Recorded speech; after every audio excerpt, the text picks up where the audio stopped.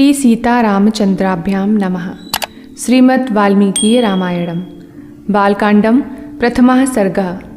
नारद जी का वाल्मीकि मुनि को संक्षेप में श्री राम का चरित्र सुनाना। महर्षि वाल्मीकि जी ने तपस्या और स्वाध्याय में लगे हुए विद्वानों में श्रेष्ठ मुनिवर नारद जी से पूछा, हे नारद मुनि, इस समय इस संसार में गुणवान, वीर्यवान, धर्मज्ञ, कृतज्ञ, सत्यवक्ता और दृढ़ प्रतिज्ञ कौन है?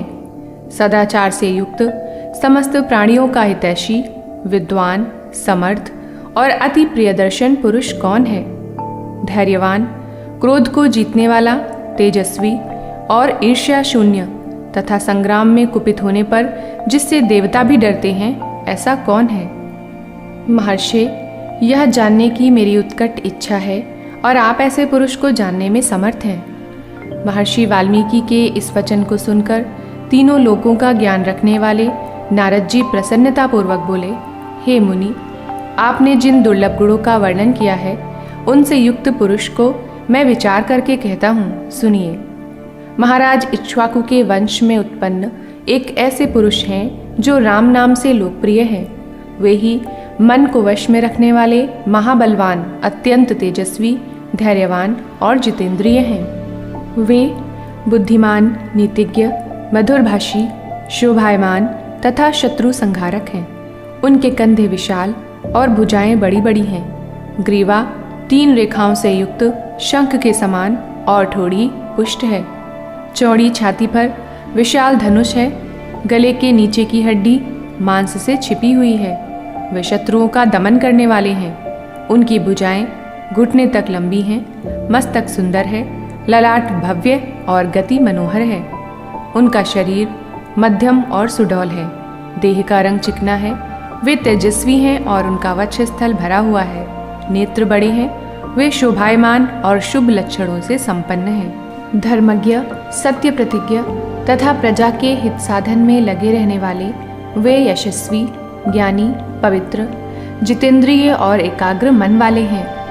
वे प्रजापति के समान पालक और रक्षक, शोभा संपन्न, दुष्ट शत्रुओं का नाश करने वाले और जीवलोक तथा धर्म के रक्षक हैं। वे स्वधर्म और स्वजनों के रक्षक, वेद वेदांगों के तत्व को जानने वाले तथा धनुर्वेद में प्रवीण हैं। वे समस्त शास्त्रों के तत्वज्ञ, अच्छी स्मरण शक्ति से युक्त और प्रतिभा संपन्न हैं।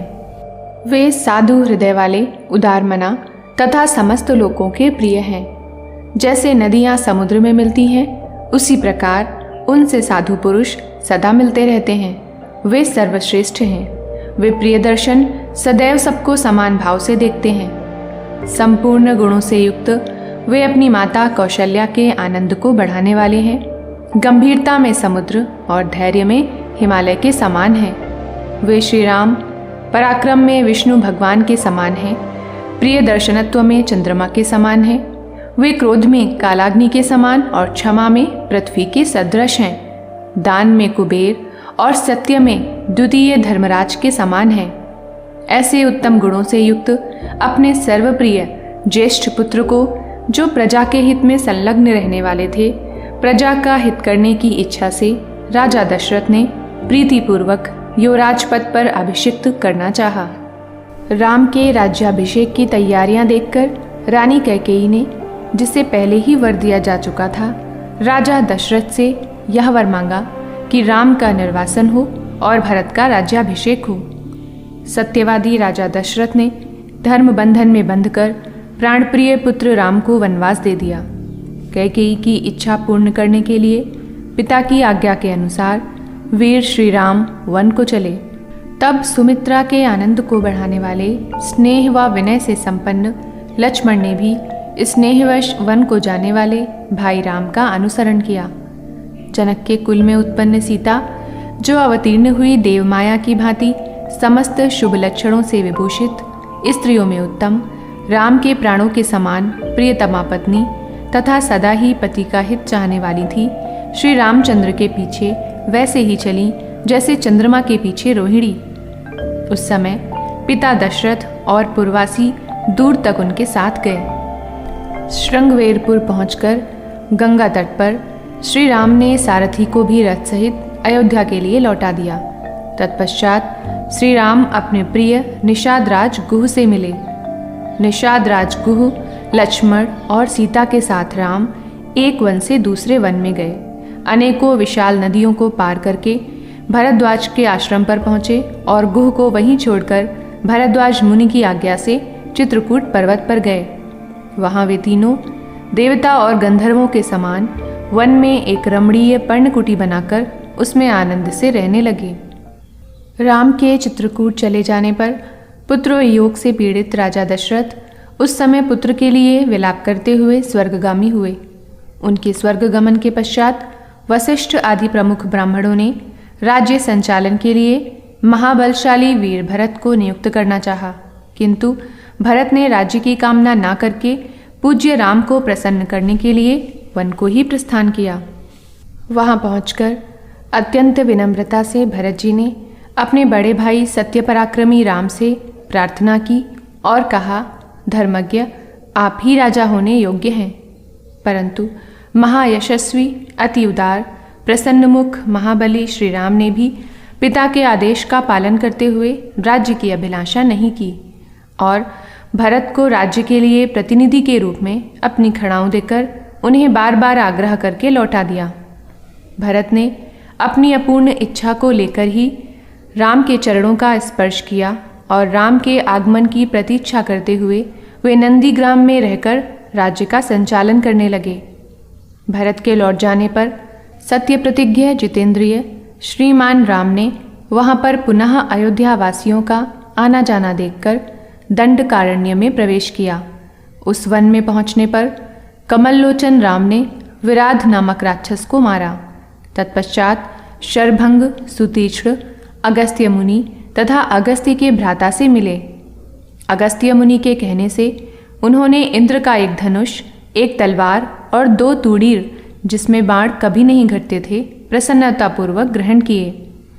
एक दिन वन में वनचरों के साथ रहने वाले श्री राम के पास असुर तथा राक्षसों के वध के लिए निवेदन करने को वहाँ के सभी ऋषि आए। तब श्री राम ने दंडकारण्यवासी अग्नि के समान तेजस्वी उन ऋषियों को राक्षसों को मारने का वचन दिया और संग्राम में उनकी वध की प्रतिज्ञा की।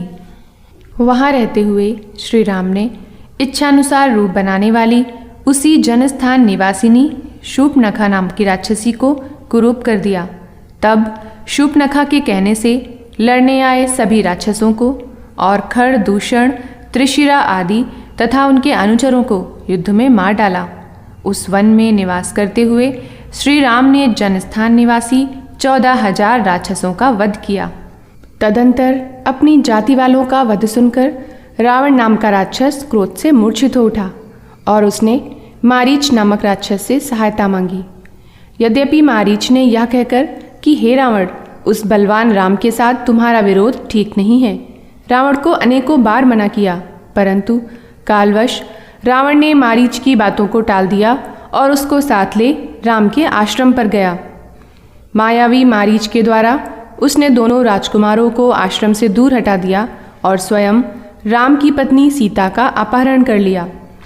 अपहरण को रोकने का प्रयत्न करने वाले जटायु नामक गिद्ध का वध कर दिया।